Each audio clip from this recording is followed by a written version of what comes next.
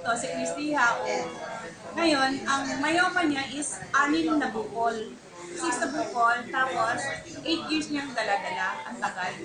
Ayaw niya magpa-opera napaabot ko niya ng 8 years. So nag-decide na siya na magpapa-opera. Ngayon, ito na, pumasok na yung Guamera mix, nag-umpisa pa lang, year 2012 ito, na-encounter niya yung taga-Isensa Natural, sabi yung taga-Isensa Natural, na agent, uy, papa-opera ka pa rin lang subukan mo na lang kaya gumamit. O bigyan kita ng 3 libre.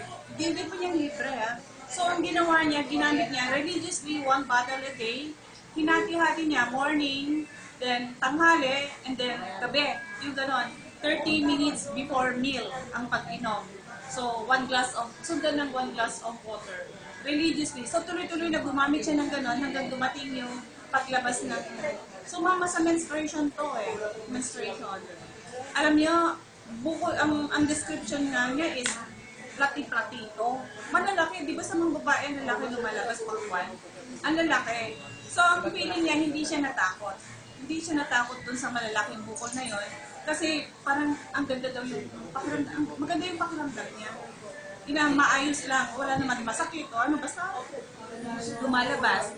And then, nung lumabas na yon, tuloy-tuloy lang siya hanggang sa, in short, nawala. Hindi na siya nagpa-opera. Hindi na nagpa-opera. Meron pa siyang bukol sa breast, nawala din. Yun.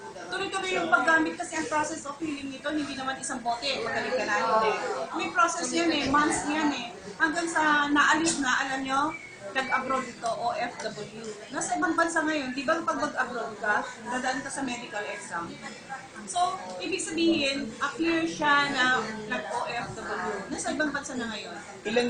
Ilang months po niya uminom?